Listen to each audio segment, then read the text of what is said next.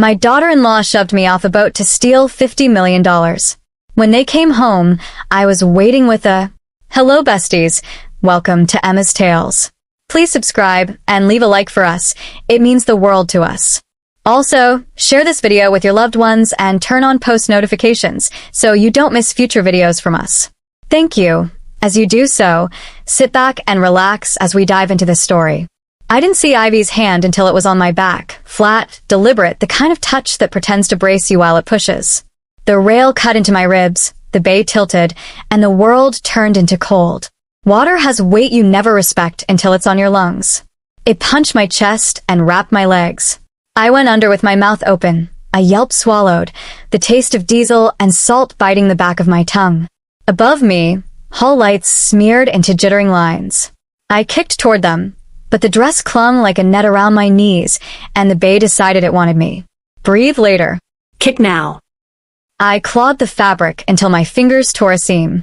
A sleeve slipped free. I found the surface, burst through, coughed myself raw, and gulped air that felt too thin to be real.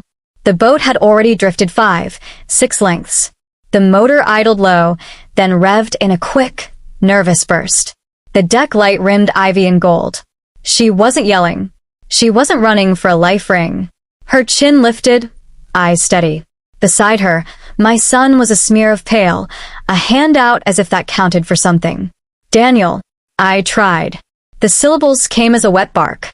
He leaned over the rail, mouth moving, his voice ripped away by the engine and the chop. He didn't jump. He didn't throw anything. Ivy's hand settled on his forearm. I felt the bay take a small step backward inside me. The boat pivoted. The wake slapped cold across my face. I coughed again, spat out panic, and forced my eyes to scan. There, a channel marker to port, its solar top pulsing, a patient blink. Distance distorts on water. It looked close enough to touch and far enough to die reaching. I rolled onto my side and started a slow, ugly crawl, the kind a child makes when no one has taught her how to be efficient, and no one cares if she looks graceful as long as she doesn't drown. Keep the light. Count strokes. Don't look back. Don't forget to like and drop a comment. If this is your first time here, hit that subscribe button. The air carried laughter from another boat somewhere, the tin click of halyards against masts, the lightest version of life going on. My shoulders burned. My right calf seized. I flattened my foot, pushed through the knot, breathed the way my father taught me when he first took me out past the breakwater. Steady in, longer out, pace your fear. Don't sprint what you have to cross. A gull screamed at nothing. The blinking light held its rhythm. I kept time to it. Blink, 3 strokes, breathe. Blink, 3 strokes, breathe. Until the water stopped being a monster and returned to being simply cold and heavy and survivable. The boat's engine rose, receded, and then was gone. Silence doesn't exist on a bay, only the absence of the worst thing. What filled it instead was the small mathematics of endurance. How much arm, how much air, what can be ignored, and what cannot. My dress drifted, lighter now, like an animal I'd shed. I bumped the buoy with my shoulder and nearly sobbed with the pain of metal on bone. I grabbed the ladder rung, fingers shaking so hard I couldn't trust them, and hooked my elbow through the bottom loop. The marker moved with each wave, lifting and dropping me in small, stupid humiliations. "Hey!" I tried again, softer because I didn't need it to reach a boat, just the universe. "Hey!" It wasn't prayer. It wasn't even hope. It was acknowledgement. I was here. I intended to continue. A work light bloomed nearer than I'd expected, white and hard, skimming the chop. A small skiff edged around the marker, the kind men used to check traps at dawn. Now it belonged to a man with a beard bleached at the tips and a sweater that had once been blue. He squinted into the glare off the water and then saw me as if I'd finally come into focus. "Jesus," he said, cutting the throttle. "Hang on, don't let go. I can get you." "I've got me," I said, because pride is a silly thing and it warmed me for 1 second. He made the approach with patience. Bow away, stern drift, the rope whine of a boat in competent hands. When he reached for me, he didn't make it dramatic. He took my wrist, found the point between bone and tendon, and lifted me into the boat with the kind of care that knew how many things could go wrong if you chased heroics. I landed on a rubber mat that smelled like old bait and rain. The deck was warm where the motor had baked it, an ordinary kindness. "You fall?" he asked, already shrugging out of his sweater, pressing it into my hands. "Yes," I said. The word did not organize itself into a lie. It didn't need to. People fall. People slip. Boats are full of edges and surprises. Thank you. Don't forget to like and drop a comment. If this is your first time here, hit that subscribe button. He nodded like I'd paid him a compliment and steered us away from the marker. Close. His face was younger than his beard, with those deep crow's feet you get from squinting happily at water for decades. The skiff made a purposeful hum, the sound of a tool doing what it was meant to do. "We can get you to the marina office," he said. "They'll call it in. Ambulance, Coast Guard, whoever." "No police," I said, too fast. He looked at me then, openly, weighing whether the woman in his boat was the kind of trouble that eats your life. He didn't stop the engine. "I mean, not yet," I corrected, my voice steadier. "Please. I need a phone first, and a quiet place for 10 minutes. I'll go to the police after. I swear it." "Folks always say after," he said. It wasn't unkind. It was simply true. "My lawyer," I said. "I need to call my lawyer." That made a new kind of sense to him, the kind that meant someone else could be the adult in the room in 5 minutes. He grunted approval, flicked the wheel, and took us in a line that skirted the glare of the yacht club and aimed for the low buildings farther down. Fiberglass graveyards, bait refrigerators, the kind of marina that still sold coffee out of a styrofoam urn. He handed me his phone without ceremony. I was shaking too hard to trust wet hands on electronics. He saw it and tucked the device inside the sweater, then shaped my fingers around both. "What do I call you?" I asked because names make things human, and therefore possible. "Cal," he said. "Like California, without the baggage." "Ruth," I said. With all of it. The first try, my thumb slid. The second, it found the keypad. Naomi's number lived in muscle memory. She answered on the second ring, voice crisp and awake no matter the time because Naomi had an off switch only for holidays. "Ruth, I'm okay," I said first, because you only get one sentence before someone you care about becomes the question you didn't answer. "Listen to me. I'm okay." "What happened?" Don't forget to like and drop a comment. If this is your first time here, hit that subscribe button. I swallowed. My body remembered water and tried to cough it up again. Cal kept his eyes on the pilings, easing us between them. The dock lights made slim moons on the chop. "I fell," I said, and then allowed the truth to step closer. Ivy was behind me. "I don't know what Daniel saw. I'm on a skiff with a man named Cal, headed to the South Marina office. I don't want to call anyone official yet. Ruth. If they think I'm dead," I said, each word its own careful plank. "Their next move will tell us everything." Silence stretched for a breath, then two. I pictured Naomi pushing her glasses up her nose, not because she needed them to think, but because it gave the thought a place to sit. "Where are you?" I told her. The wind found the wet under my sweater and made it mean. My teeth chattered. Cal pretended not to hear it. "Okay," Naomi said. "We do this. We do it precisely. You're sure you're safe for the next 10 minutes?" "Yes." "Don't call Daniel. Don't text. Don't post, obviously. I want you under a roof with a lock. I'll be there in 20. If anyone asks, you're waiting on a friend to pick you up." "Cal," she paused, pivoted. "Put him on." I handed the phone over. Cal listened, grunted twice, and said, "I'll get her there." He hung up and passed it back. "You got a lot of faith in people," he said. "I have a lawyer with good aim," I said, and it made him bark a laugh. We nosed into the slip. He cut the engine. The relief in my bones was messy, like crying. Cal hopped out and made fast, then offered a hand. I took it because I was cold and because he had earned it. The marina office was a rectangle of linoleum and humming machines. A bulletin board sagged with lost dog flyers and fishermen's jokes printed on copier paper. The coffee smelled burnt and perfect. Cal unlocked the back room with a key he probably wasn't supposed to have and flicked on a light that clicked twice before committing. Don't forget to like and drop a comment. If this is your first time here, hit that subscribe button. "You warm up in here," he said, leaving the sweater with me like it had always belonged to me. "I'll be outside if anyone comes nosing around." I sat on a metal chair that remembered other storms and looked down at my hands. The skin was nicked where the buoy had argued with my knuckles.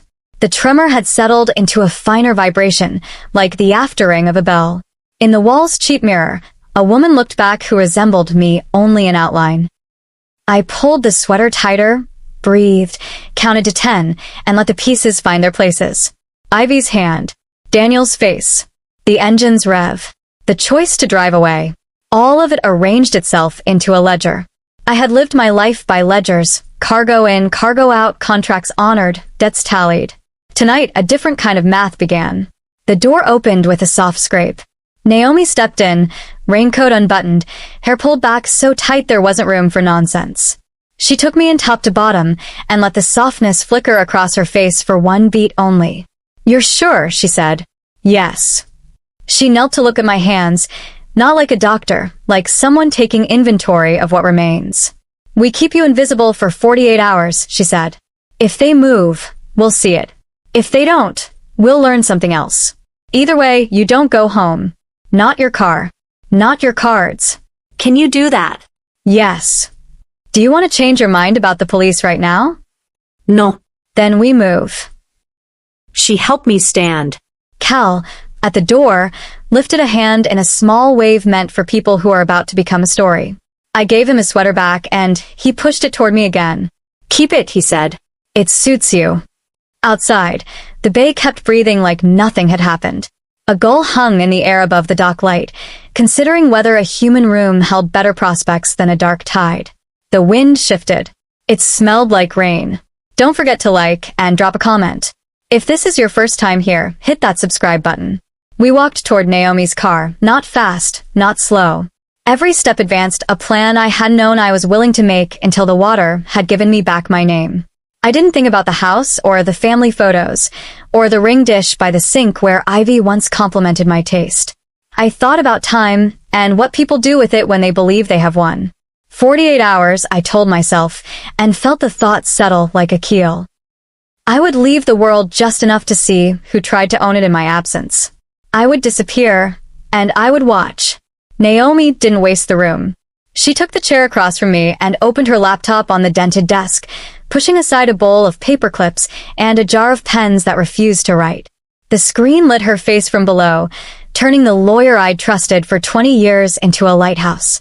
She typed fast, a language made of keys and small, decisive breaths. "I'm pulling the trust documents," she said. "I want us both to remember exactly what you signed."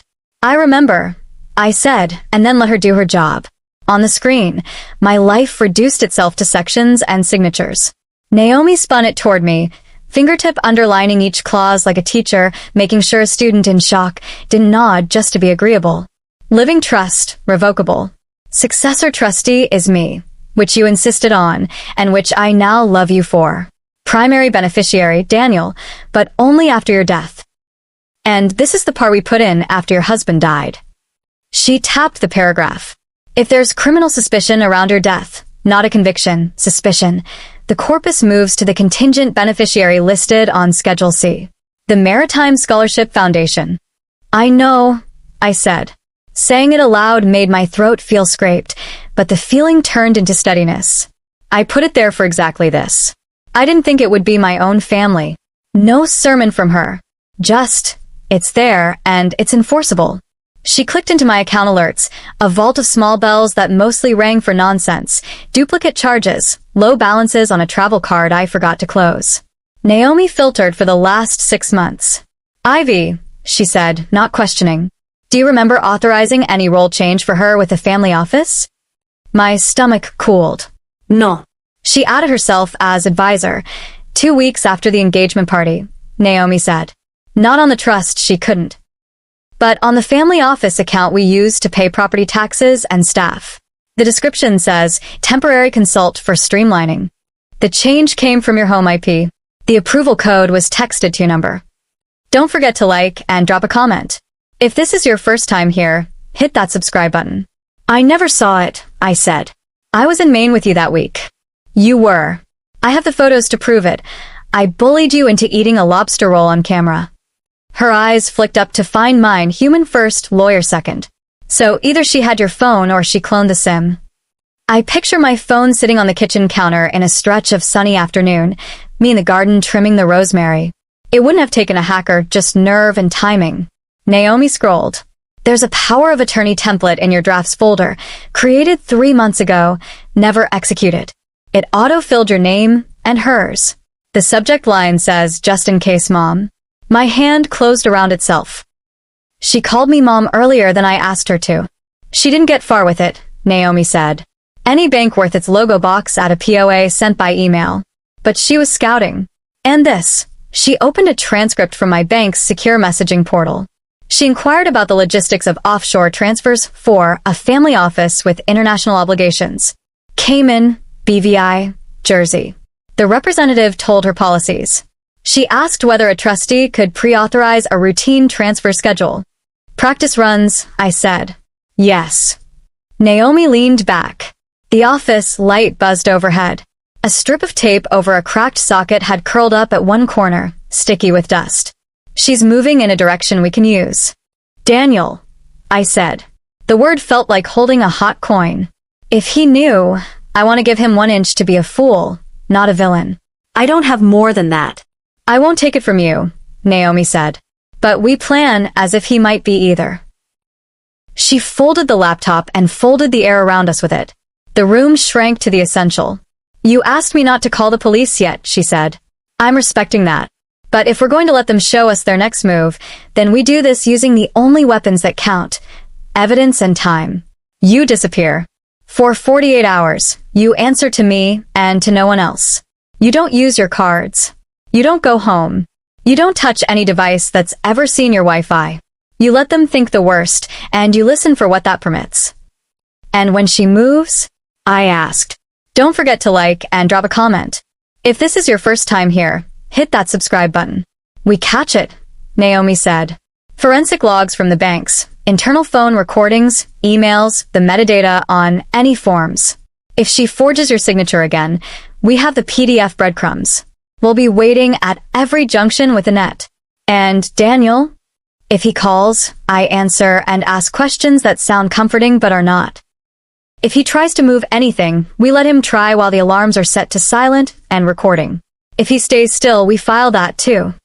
She held my gaze. Play dead, Ruth.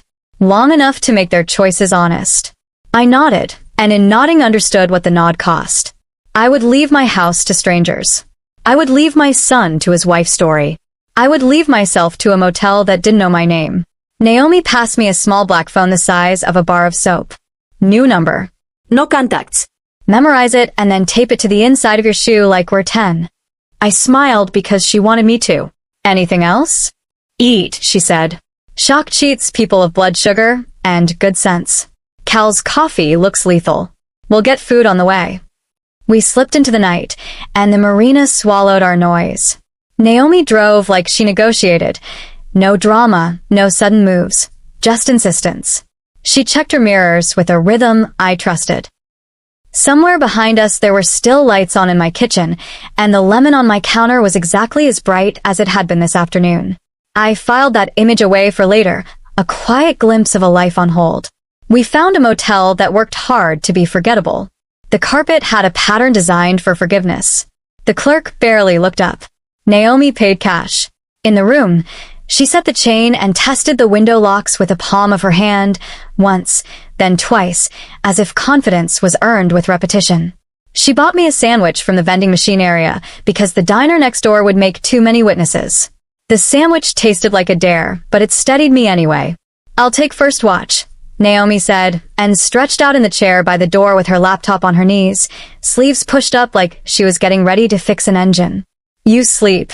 When you wake, we'll start the list. What list? Everything you remember that isn't the incident, she said. Not the shove, not the boat, nothing from today. Old conversations with Ivy about money, about the house, about how she thinks rich people do things. Time she borrowed your phone. Names she dropped. We will not go backward. We will go forward using the pieces that point in that direction. I lay on top of the blanket and stared at the stucco ceiling, its bumps and swirls a relief map of nowhere. Sleep came like a truce, short and partial, and left the same way. Don't forget to like and drop a comment. If this is your first time here, hit that subscribe button. At 2 in the morning, I got up and took the small phone into the bathroom, sat on the edge of the tub, and hit record. The fan rattled. The light made everything look cheaper and kinder. Danny, I said, and the first attempt at my son's name broke me a little.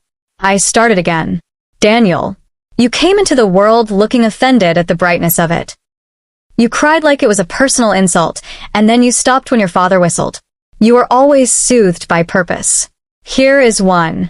If you didn't know what she planned, I need you to say that aloud to yourself, right now, before anyone asks you questions.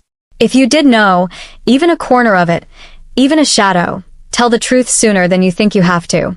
There is a line. I won't tell you which side you're on. I'm asking you to step onto the better one. I stopped the recording and listened back. My voice sounded OL. I named the file with the date and put the phone on the sink as if it might draw steadiness from porcelain. I didn't send it. I would not use a secret way to make him mine again. When I came out, Naomi had 4 windows open and a highlighter clamped between her teeth. She looked up, saw whatever my face showed, and closed one window without comment. Sleep, she said. 5 more hours of nobody knowing your breathing buys us more than coffee. I slept. When morning found the seam of the curtain and slid through, it brought the smell of thin motel shampoo and the memory of last night's decisions. Naomi handed me her second-best sweater, and we made the list. Ivy's questions about automatic bill pay, the day she suggested consolidating silly old accounts, the afternoon she joked about how tasteless old money could be. Naomi typed. I spoke. We built a map out of remarks that had seemed harmless when I filed them under new wife learning the ropes. By noon, Naomi's phone pinged twice in a pattern I knew meant bank alerts. She didn't read them aloud. She looked at them, and her mouth did something controlled. Then my new phone vibrated, the little sound of a plan finding its next step. Naomi's text read, she just scheduled a wire room appointment. Day after tomorrow.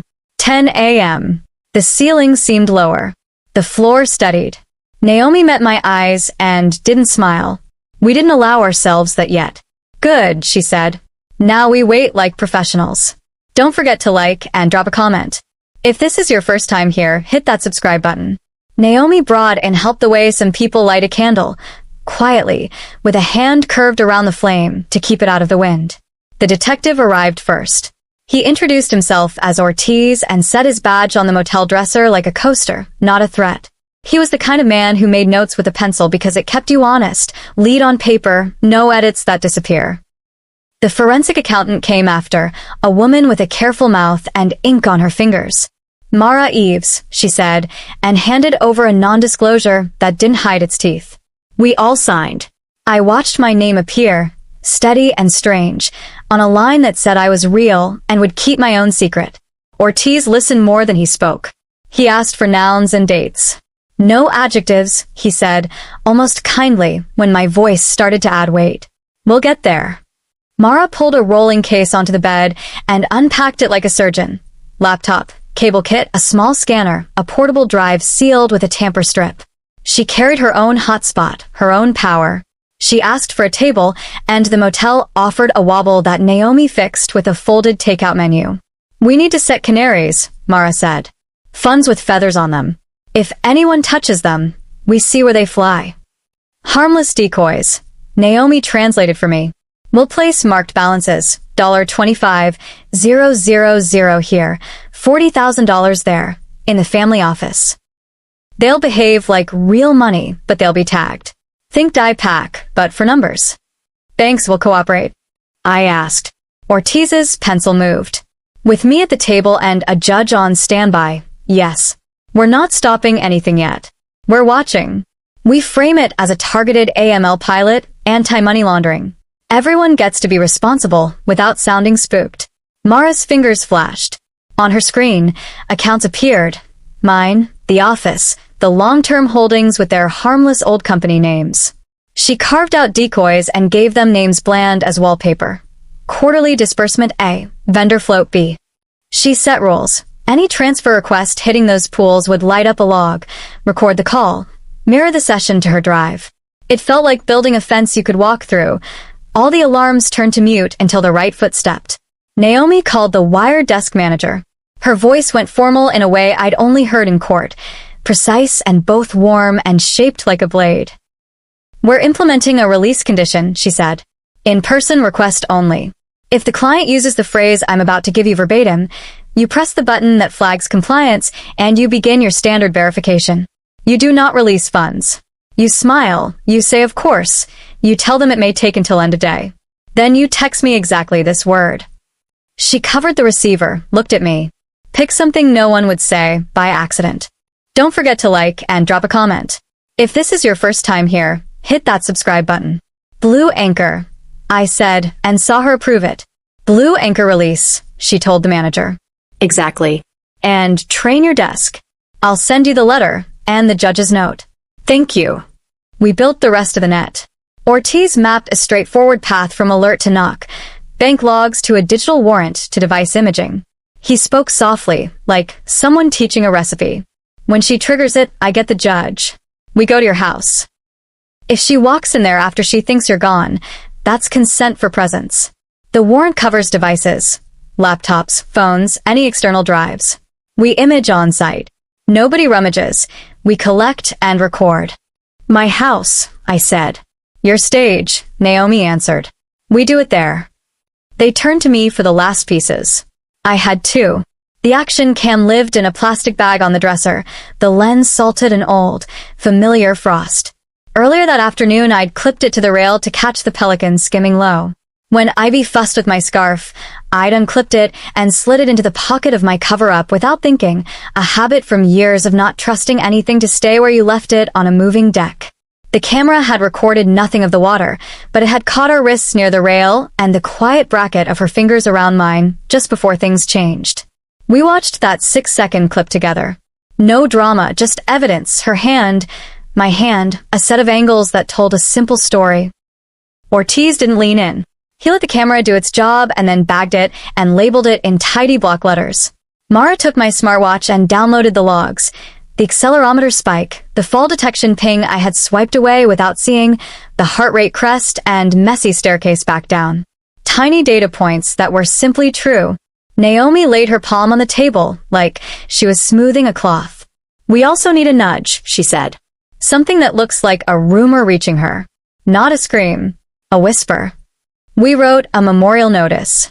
Not an obituary. The paper wouldn't print that without proof we weren't ready to hand them. A softer thing for a softer column. "Ruth Hargrave, beloved friend of the Bay, a private memorial is being planned.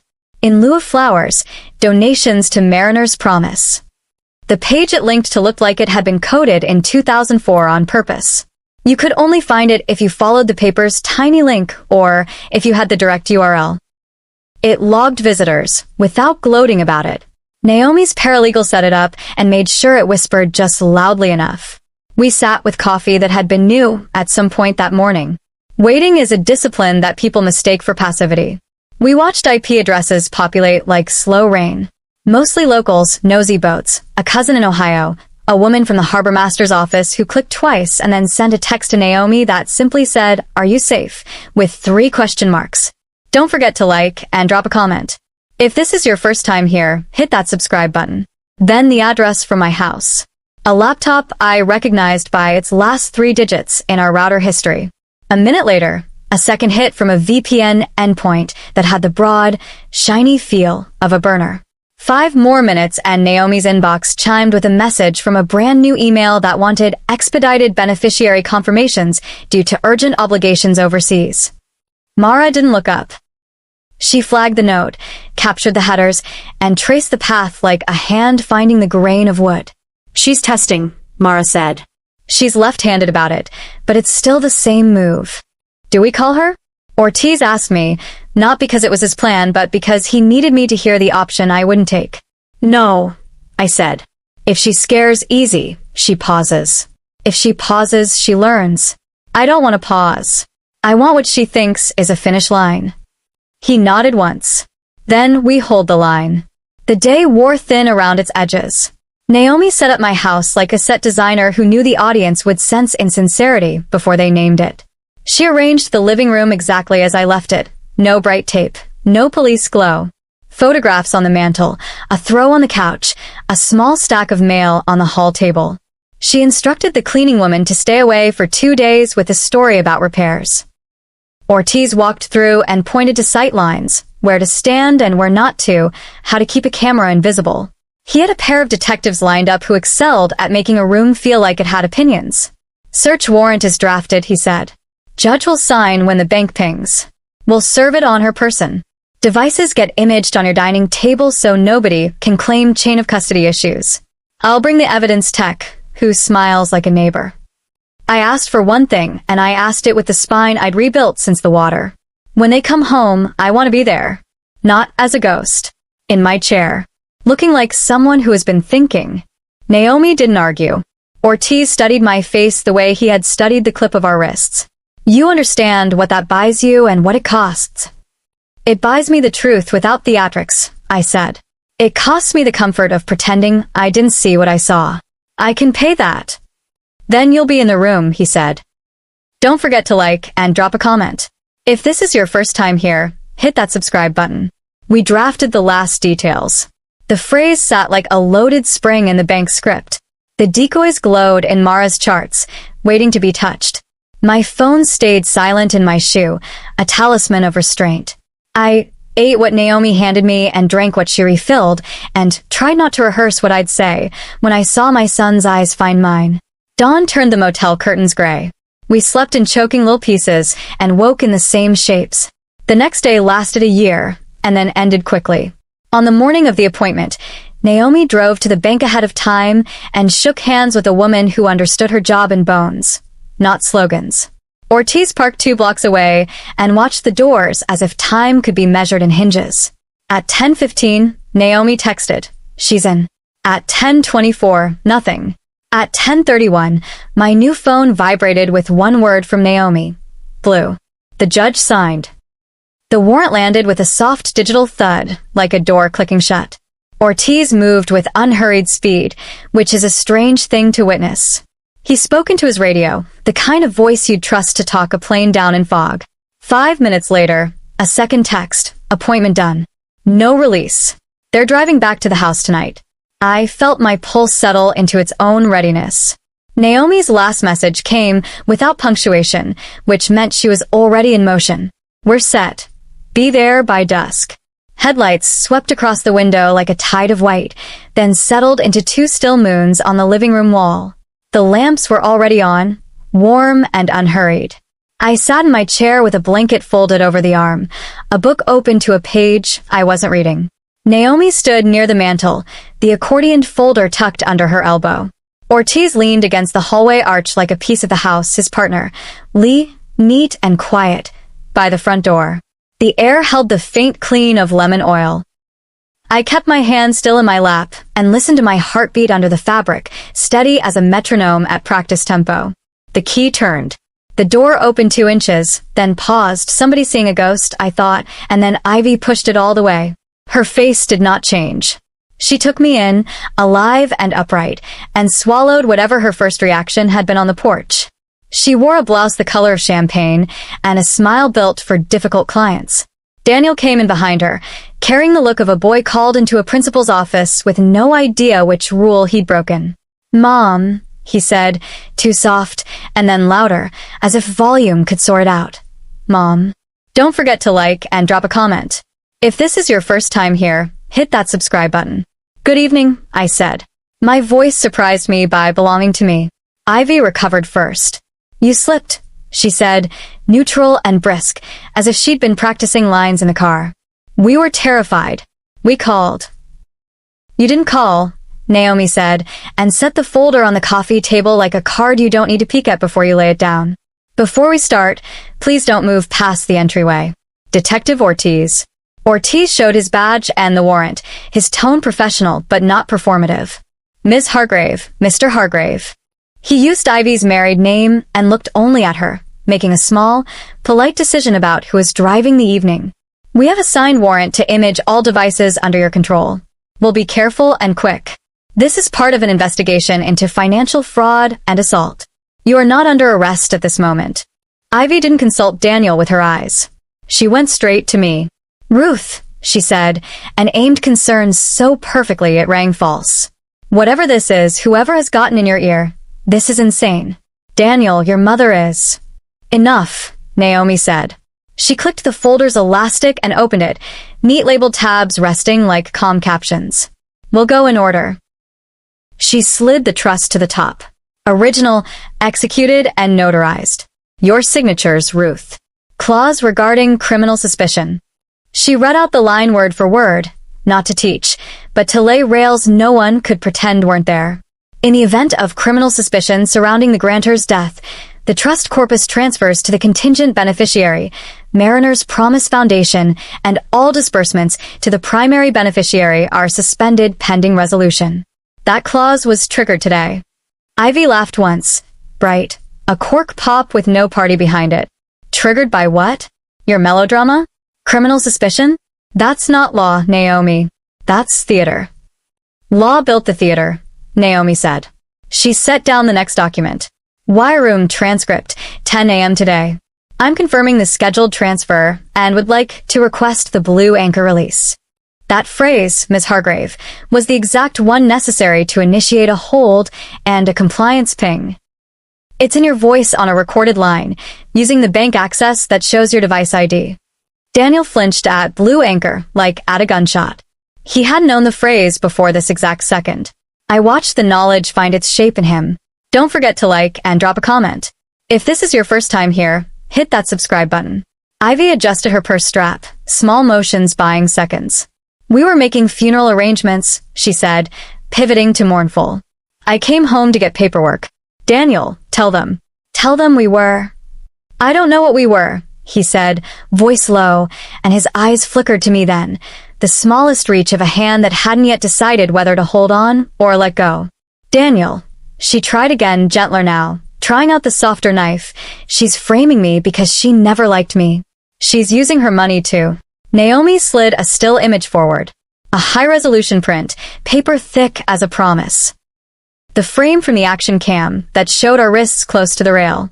This is your hand, she said, pointing, not touching the photo. This is Ruth's. In isolation, it could be nothing. But it is not in isolation. She placed a second image beside it, an enlarged enhancement of the reflection in the cabin porthole, pulled and clarified without magic, the light boosted just enough to tell a human story. You could see a shoulder squared, an elbow locked, my body at the wrong angle for balance. Ivy's breath went shallow beneath the blouse. That proves nothing, she said tight. Ruth wobbled. I steadied her. She panicked and Ortiz read from his notes, mild as weather. At 10:41 a.m., you asked the bank whether a trustee could pre-authorize a monthly transfer into an offshore vehicle. The compliance officer on the call asked for clarification. You said, and I'm quoting here, my mother-in-law insisted on fussy conditions. I'm just trying to keep things running smoothly. You then provided security answers that do not match the file. The recording will make this paragraph unnecessary when we play it in the other room. Ivy's eyes snapped to Daniel, calculating how much ground she had to cover. They're twisting everything, she said. Fast now, control slipping. Baby, you know your mother has been off. The whole foundation thing, the threats she made about giving the money away if you didn't. Stop, I said once. It came out level. It surprised me with how few words it needed. I turned to my son and let every other person in the room drop off the edges of my sight. We're at a fork, Daniel. Not the one you imagined. The one that is. If you didn't know, say it, and tell them everything you have seen and heard since last week. If you did know even a piece, say that, too. There is no third path where you get to hold your breath and let someone else decide what kind of man you are. He stared at the floor for a count of 4. He had his father's hands. He rubbed his thumb over his knuckle, a nervous habit from childhood he thought he'd outgrown. Don't forget to like and drop a comment. If this is your first time here, hit that subscribe button. She told me, he said to the carpet, and then lifted his face to me because the truth prefers eye contact. She told me to be shocked but not hysterical. She said if I made a scene on the dock, it would complicate things. That we had to think clearly to do what needed to be done. I thought. He exhaled, a broken laugh with grief inside it. I thought she meant calling search and rescue. I thought she meant not screaming. I didn't think he looked at Ivy then, really looked, as if trying to find a seam where the person he'd married came apart to show the mechanism underneath. Ivy moved like a swimmer suddenly remembering land. Daniel, no, she said, low and urgent. That is not what you're letting them manipulate, Daniel. He didn't answer her. He addressed Ortiz instead, voice raw and clear. I'll cooperate, he said. I'll sign whatever you need. I'll give you the messages. I'll show you her notes. Something in the house exhaled. The kitchen ticked as a pipe settled. Outside, a car went by, without slowing. The world held. Ortiz nodded once. Thank you, he said, and it sounded like he meant it. He glanced at Lee. Ms. Ivy Hargrave, he said, turning all polite edges gone. You are under arrest for attempted murder and financial fraud. He stepped forward, calm hands, professional mettle. You have the right to remain silent. She twisted at his touch, not wild, just a snake trying to remember it had bones. Her eyes landed on me, and for a breath we were only women in a room full of facts. She searched my face for something she could use, and didn't find it. Naomi's voice threaded through the formal words. One more piece, she said, placing a letter on the table with a pen on top of it, as if it were any other administrative Tuesday. Notice of trust shift, served. The clause triggered at the time of the wire room attempt. Funds are moved to the contingent beneficiary. Daniel's access is suspended pending investigation.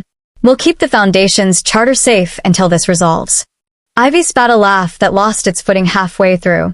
You think you won, she said. You think paperwork makes you immortal. No, I said. I think P. Some days I watch the zeros move across the screen and feel nothing but the clean click of a machine doing what it was built to do. Other days I sign a check and think of hands on cold rails. I let both truths sit beside each other without arguing. Cal comes to the office once, hat in hand like the habit is older than he is. He won't take a stipend. He will take a stack of laminated safety cards and a promise that if his outboard dies, someone will answer his call even in the off-season. He leaves me a small paper bag with 2 oranges in it and a note that says water's fine, in a scrawl that does not care about penmanship. I keep seeing Naomi in passing reflective surfaces, her reflection always a beat ahead of the room. She's never smug. She's tired and satisfied, which is the only flavor of victory I trust. She starts wearing her hair down on Fridays, a concession to the idea that futures exist. I don't walk back to the exact stretch of water where the worst happened. I let it keep that piece of me. Instead, on a bright morning with a good breeze, I go to the public pier for a community rescue drill our foundation is funding. The town has gathered as if for a church picnic where the sermon is practical. How to throw a line, how to flatten panic, how to wrap someone in a thermal blanket without stealing their dignity. A teenager in a wetsuit tries and fails to stand without slipping. His mother laughs and claps like life just gave them a reason. I'm wearing a windbreaker with our name stitched in small letters. I never liked logos that shouted. The harbor master nods at me and points me toward the portable speaker perched on a folding table. Say a few words, Ms. Hargrave, he asks, the question shaped like a courtesy, not pressure. I keep it short. Greed tries to make water of our ground, I say. But the ground holds when paper is strong and people stronger. I thank the volunteers by job, not title. I remind the teens that heroism is just the patience to practice boring skills before you need them. They cheer the way kids do when adults don't waste their time. After, I walk the pier and let the cold come through the boards. The sun has made a bright path on the bay. A gull lands like punctuation. A man tests an outboard on the transom and decides against pretending it sounds healthy. Daniel arrives late, hair damp like he argued with a shower and won by compromise. He carries 2 coffees and the photo from the mantle, the one I put away the night of the arrest. He isn't dramatic about it. He holds it like something you take with you when you move, because you can't decide whether it belongs in a box marked past or future. Hi, Mom, he says. Don't forget to like and drop a comment. If this is your first time here, hit that subscribe button. Hi, I say. We stand like strangers who want to be related. He hands me a coffee and keeps the other. We sit on a bench that faces the water but doesn't make a meal of it. The wooden slats are sun-warmed. My spine thanks me for the simple choice of sitting down. I thought I would feel finished, he says, staring at the line where water meets sky. After the court thing. But I feel like I'm somewhere between rooms. That's where most of us live, I say. Between rooms. He nods slowly. I keep replaying every conversation, he says, trying to find the sentence that should have told me more than it did. It makes me feel stupid. Stupid is the wrong word, I say. Pride prefers it because it thinks it's curable by shame. Try trusting instead. Then ask whether the next version of you should trust that much. That's a solvable question. He swallows. You should hate me. I did, I say, and he flinches as if I struck him. For a minute. Hate is a flare. You burn it to make the world see you. It goes out. The work is what comes after. He looks down at the photo in his lap. I brought this because I don't know where it belongs, he says. But I didn't want to decide without you. I take it. 3 smiles, old son, a day shallow with harmless intentions. I don't put it back in my bag. I set it between us on the bench, like a witness who has been asked to wait outside the courtroom. What are you doing for dinner? I ask, not as a rescue, not as a test. He laughs softly, learning to make things that don't require 3 pans. I burnt rice last night, which I didn't think was possible. It's very possible, I say, and he laughs for real this time, loud enough to turn a head or two. He doesn't apologize, the big, cinematic kind that tries to tie up the plot.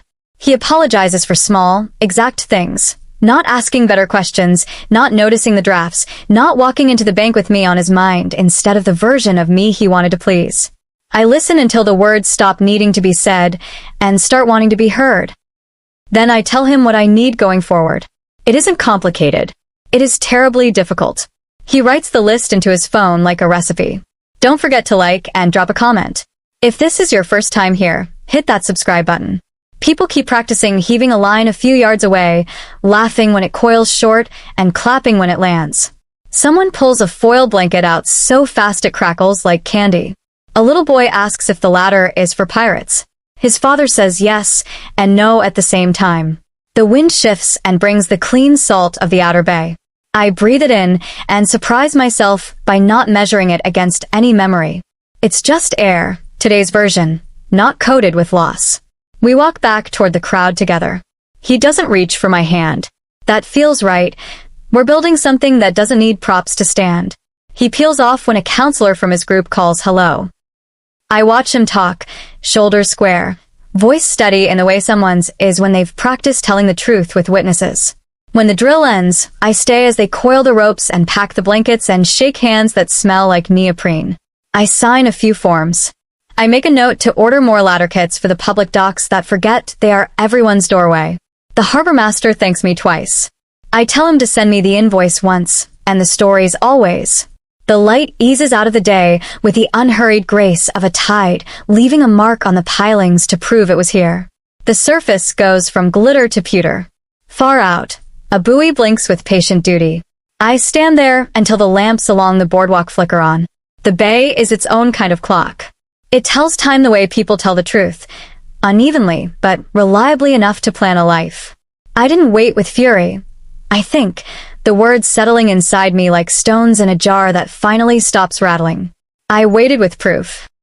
The path to the parking lot is short. I take it without looking back. The buoy keeps blinking behind me, doing its job because that's what it was made to do. I step into the day that's left, and then into the next one waiting behind it. Hey besties, thanks so much for sticking around till the end. If you felt something, learned something, or just enjoyed the story, don't forget to like, drop a comment, and hit that subscribe button.